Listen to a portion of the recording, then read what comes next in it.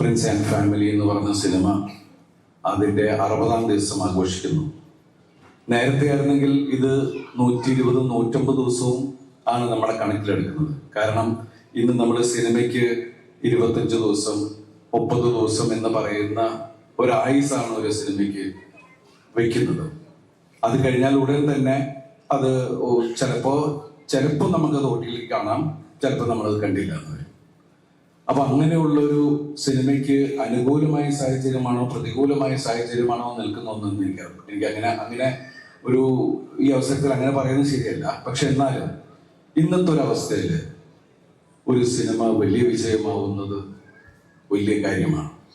അതിൽ ഒരു ഭാഗമാവാൻ സാധിച്ചതിൽ നന്ദി പറയുന്നു, പ്രത്യേകിച്ച് ലിസ്റ്റിനോട്. കാരണം മാജിക് ഫ്രെയിംസിന്റെ കൂടെ ഞാൻ ആദ്യമായിട്ട് ചെയ്യുന്ന ഒരു സിനിമയാണത്. ലിസ്റ്റിൻ എടുത്തൊരു വലിയൊരു റിസ്ക് ഉണ്ട്.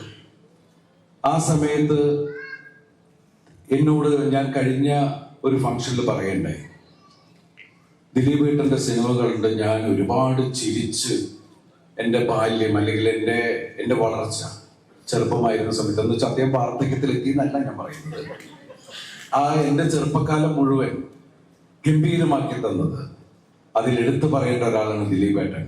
ദിലീപ് ഏട്ടനെ വെച്ച് ഞാനൊരു സിനിമ ചെയ്യുമ്പോൾ ആ സിനിമ അടിക്കണം എന്ന് വെച്ചാൽ അത് വിജയിക്കണം എന്നുള്ള അദ്ദേഹത്തിന്റെ ഒരു എന്താ പറയുന്നത് ആത്മവിശ്വാസം, ഇത് ഗംഭീരമാവും.